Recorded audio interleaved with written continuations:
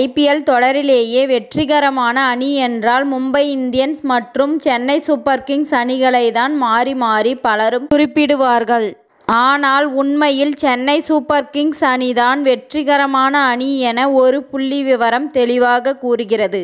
2008 முதல் ஐபிஎல் தொடரில் பங்கேற்று வரும் அணிகளிலேயே அதிக வெற்றி சதவீதம் வைத்துள்ள அணி சிஎஸ்கே தான் என அந்த புள்ளிவிவரம் கூறுகின்றது.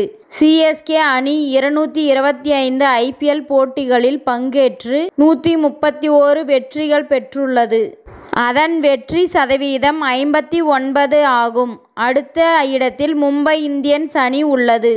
அந்த அணி 247 போட்டிகளில் 138 வெற்றிகள் பெற்றுள்ளது.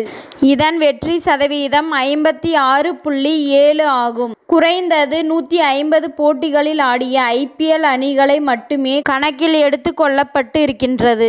அதே சமயம் 2 ஆண்டுகளுக்கு முன்பு துவங்கப்பட்ட குஜராத் டைட்டான்ஸ் அணி 33 போட்டிகளில் 23 வெற்றிகள் பெற்று 69.7 வெற்றி சதவீதம் பெற்றுள்ளது.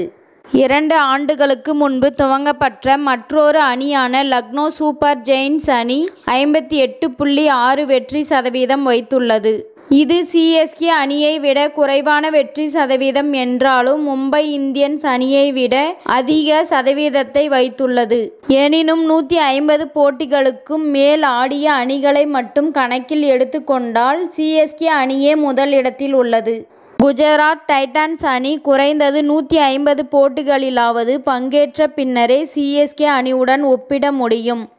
ஏனெனில் சில ஆண்டுகளில் தொடர் தோல்விகள் ஏற்படக்கூடும். மும்பை இந்தியன்ஸ், சிஎஸ்கே என 2 வெற்றிகரமான ஐபிஎல் அணிகளுமே சில ஆண்டுகளில் மிக மோசமாக செயல்பட்டு பிளே ஆஃப் சுற்றுக்கு முன்னேறாமல் போய் உள்ளன. எனவே நாம் 150 போட்டிகளுக்கும் மேல் ஆடிய அணிகளின் வெற்றி சதவீதத்தை மட்டும் கணக்கில் எடுத்துக்கொண்டு வெற்றி சதவீதத்தை கணக்கிட்டு பார்த்தால் சிஎஸ்கே, மும்பை இந்தியன்ஸ் அணிகள் முதல் 2 இடங்களை பிடித்திருக்கின்றன. அடுத்த 2 இடங்களில் கொல்கத்தா நைட் ரைடர்ஸ் 50.6 வெற்றி சதவீதத்துடனும் ராஜஸ்தான் ராயல்ஸ் 50.5 வெற்றி சதவீதத்துடனும் உள்ளன. ராயல் சேலஞ்சர்ஸ் பெங்களூர் 49 வெற்றி சதவீதத்துடனும் சன்ரைசர்ஸ் ஹைதராபாத் 47.6 வெற்றி சதவீதத்துடனும் பஞ்சாப் கிங்ஸ் 46.1 வெற்றி சதவீதத்துடனும் டெல்லி கேபிட்டல்ஸ் 45.8 வெற்றி சதவீதத்துடனும் உள்ளன. இத்துடன் இந்த செய்தி முடிவடைகிறது. நன்றி, வணக்கம். மீண்டும் அடுத்த வீடியோவில் சந்திப்போம்.